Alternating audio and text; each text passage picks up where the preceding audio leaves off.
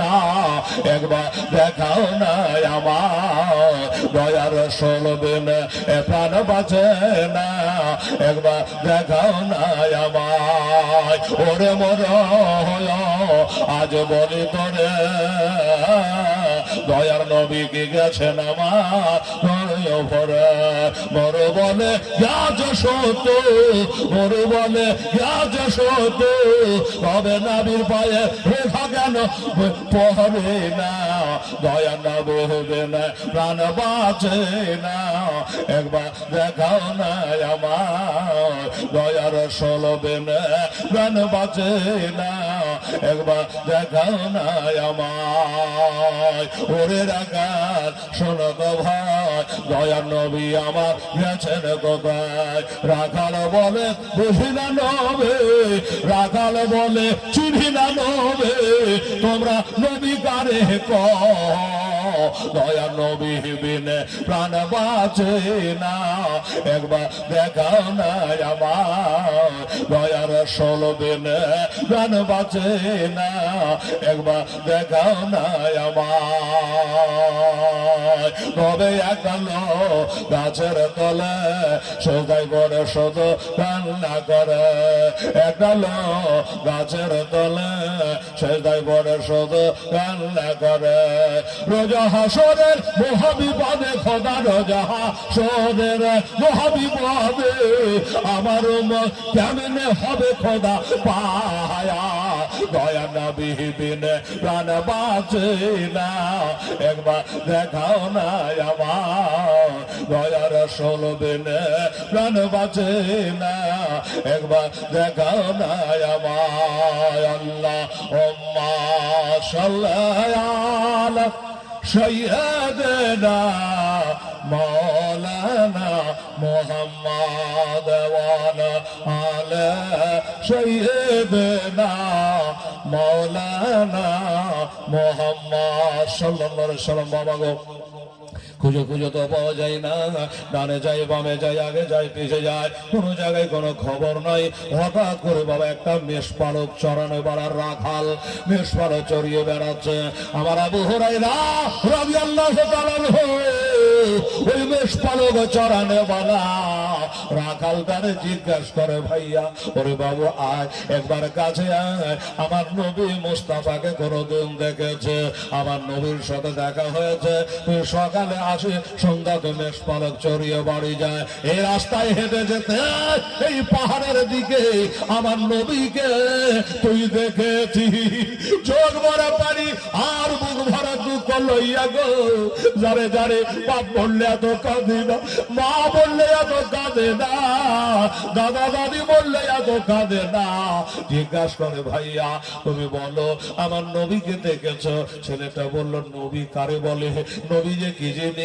আমি তো নবী বুঝি না আমি নবীকে চিনি না বলে কালা কালা চুলবালা নুরানি চেহারাওয়ালা যিনি সূর্যের তলে চললে যায় ছায়া পড়ে না জোরে বলে সুবহানাল্লাহ নবী কারে বলে চিনি না রে বললো নবী আমার এমনি নবী রে সূর্যের তলে চললে নবীর ছায়া পড়ে না এই নবীকে দেখেছ রাখালটা বলে ভাইয়া শুনো তোমরা নবী নবী কারে গো আমি নবী চিনি না নবী বুঝি না তবে বলো তো ভাই কদিন হলো তোমাদের নবী হারা বললো আজকে 3 দিন হয়ে যাচ্ছে নবীর সাথে আমাদের দিদার হলো না খুঁজে খুঁজে পাই না হাজারো সাহাবারা কাঁদছে বিবি ফাতেমা বাড়িতে কাঁদছে আমার হাসান হোসেন কাঁদছে আমরা খোঁজ করতে বার হয়েছে তুমি যদি দেখা থাকে বলো ছেলেটা বলো বাবা শোনো আমি নবী কাকে বলে বুঝি না তবে ওই দেখো দেখা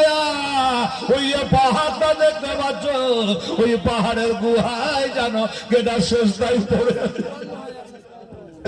ওই পাহাড়ের করতে জানে কেটা শেষটাই পড়ে আছে রে আমি তাও হয়তো জানতাম না আমার এই মেষ পালে দুম্বা গুলা রে এই দুম্বা দুম্বা গুলা আজ 3 দিন থেকে যেন রোজা রেখে নিয়েছে। জোরে বলো সুবহানাল্লাহ। 3 দিন থেকে দানা খাই না রে, 3 দিন থেকে কলুসু ঝরঝর করে কাঁদে রে।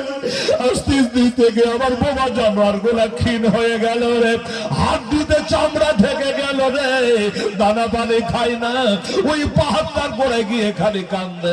আমি তো কিছু বুঝি না রে ভাই, আমার হাতের ছড়িখানা দিয়ে ওই দুম্বা গুলাকে, ছাগল গুলাকে, বকরি গুলাকে আমি মারি, অমনি আবার ছুটে চলে আসে, আসা সাব্যস্ত হতে পারে না, ওখানকার টানে আবার ওখানে গিয়ে হাজির হয়ে যায়, ওইখানে গিয়ে হাজির হয়ে যায়।